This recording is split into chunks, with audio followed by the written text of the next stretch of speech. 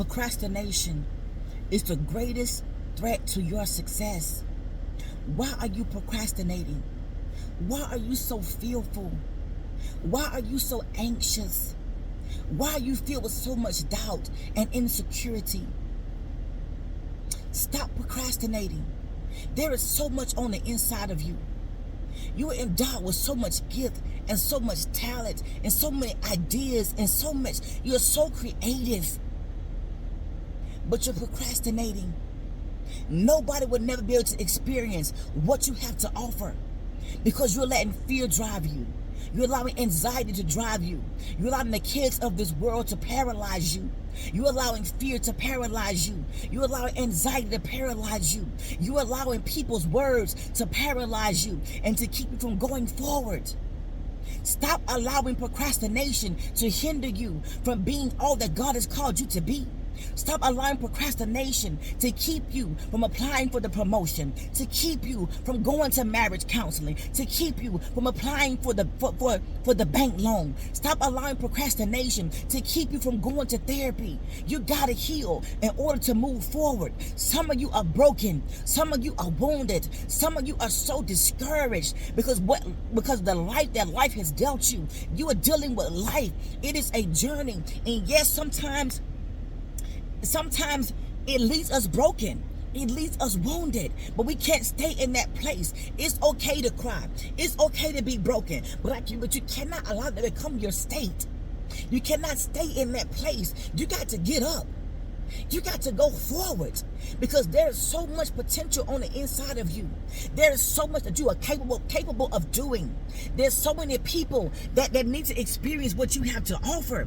There are some ideas in you. There are some innovation in you. There is a boss in you. There is a ministry on the inside of you. There's a Fortune 500 company on the inside of you, but you allow procrastination to keep you from going forth.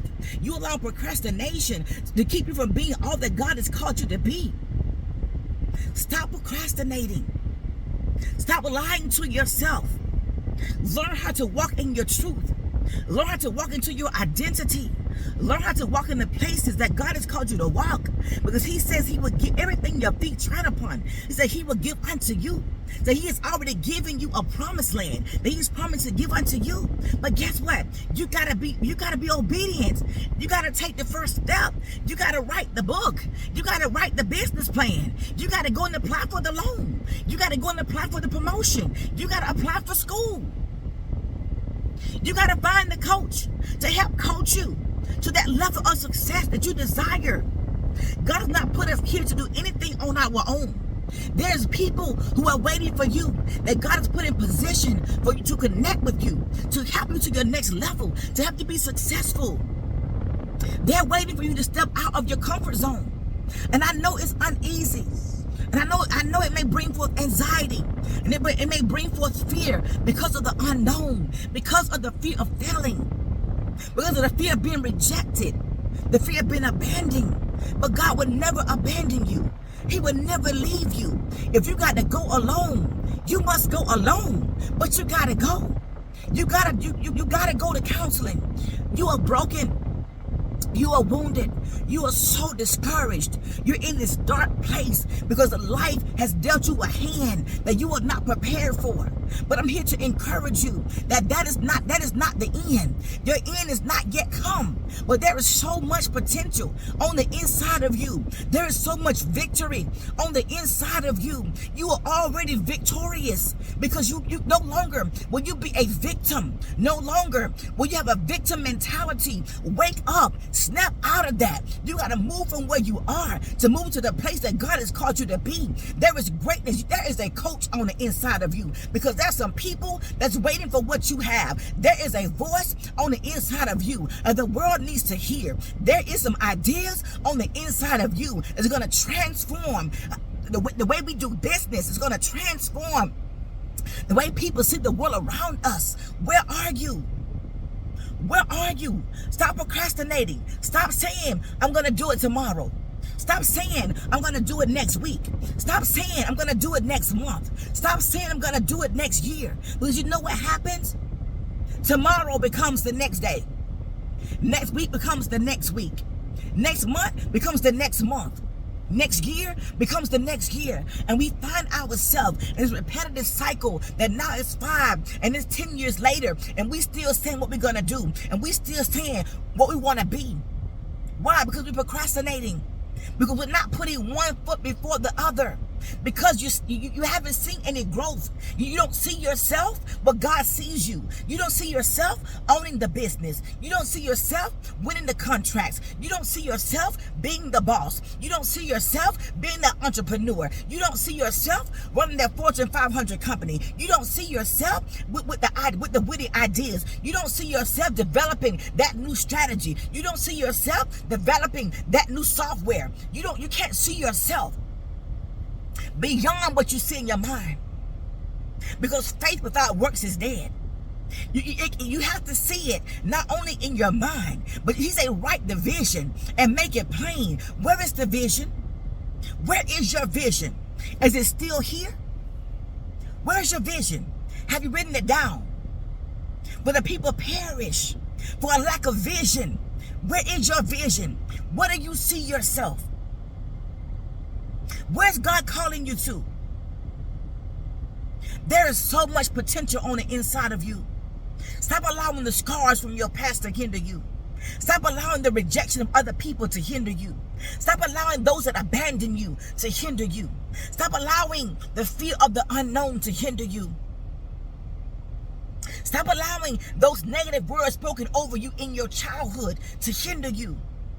You're now 30 and 40 and 50, 60 years old, and you're still allowing the things that were spoken to you from your childhood to hinder you from going forth. You got to break free from that which has you bound. Stop allowing your past mistakes, your past failures, your insecurities, people's perception of you to keep you bound from moving forward, from going forward, from being all that God has called you to be, because the world needs you. They need your ideas. They need your gift. They need your talent. Where are you? Stop procrastinating. Stop being in that stagnant place. Stop being in that fixed place. God has not called you to be in a fixed place. He has not called you to be stagnant, but he's called you to flourish. He's called you to take leaps and bounds. He's called you to evolve into who he has called you to be. Stop procrastinating. Stop saying you're not valuable. Stop saying you're not worthy. Stop saying you don't know enough. I'm going to keep repeating this in my videos, because that's how we think about it. We think that everybody else deserves the promotion. That everybody else deserves to start the business. That everybody else deserves to win the contract. Everybody else deserves to have a happy and joyous marriage. Everybody else desires to have those BFFs that's there through thick and thin. Why can't that be you? Why can't you see yourself as that individual? Why can't you see yourself how God see you? Why can't you see yourself owning the Fortune 500 company? Why can't you see yourself being the one who invents the latest invention? Why can't you see yourself developing the latest and the newest software? Why can't you see yourself developing the new app that everybody desire? Why can't you see yourself as being the designer that you have on the inside of you? Why can't you see yourself being the next author? Why can't you see yourself being the next Apostle Paul? The next Peter? Why can't you see yourself? Ask God to give you eyes that you can see yourself how God sees you. Change your perspective of yourself. Get into your word. Identify what God says about you. He said you are fearfully and you are wonderfully made. You've been created in his image and in his likeness. And if that is to be true, then guess what? Everything God says about you is true. Everything in God's word that he says you can do, you can do. Everything in his word that he says you can have, then you can have. Stop counting yourself out. Stop second guessing yourself. Stop saying nobody will accept me. Because the ones that God has called you to, they will accept you. They will honor you. They will value you in the gifts that you bring. and the ideas that you have. You're gonna have a circle of influence that's gonna push you. It's gonna cheer for you. But even if you don't, pat yourself on the back. Cheer for yourself. Be your greatest motivator. Because if you don't believe in yourself, how can you expect somebody else to believe in you? If you don't believe in your own ideas, how can you expect somebody else to believe in your ideas? If you don't think that you're worthy, how can you expect somebody else to say that you're worthy? It starts at home. It starts with you. No more procrastination. Some of you are battling with depression. Some of you are wounded. You're carrying scars. You're carrying deep wounds that have not healed from your childhood. Go see a counselor. Go to therapy so that you can heal. So the best and the greatest version of you can come forth. Because the world needs you. They don't need the broken you. They need the healed you. The evolved you. The one that know who they are. The one that know where they're going. The world, they need you. There's a coach on the inside of you. There's a king on the inside of you. God is calling you to kingdoms. God is calling you to take dominion. God is calling you to take territory. But you can't do it in your broken state. You can't do it with a lost identity. You can't do it not knowing who you are and who God has called you to be. You got to identify who you are. Take on the likeness of Christ. Take on the mind of Christ. The enemy wants to keep you bound. The enemy, he wants to keep you stagnant. He wants to keep you in that place of when you feel like you're worthless. When you feel like you're not valuable. When you feel like you have nothing to contribute. He wants to keep you in that place. And if he can keep you there, he can keep you bound in your mind. Write the vision. Make it plain. That he who reads it can run with it. There is somebody that's waiting for your vision.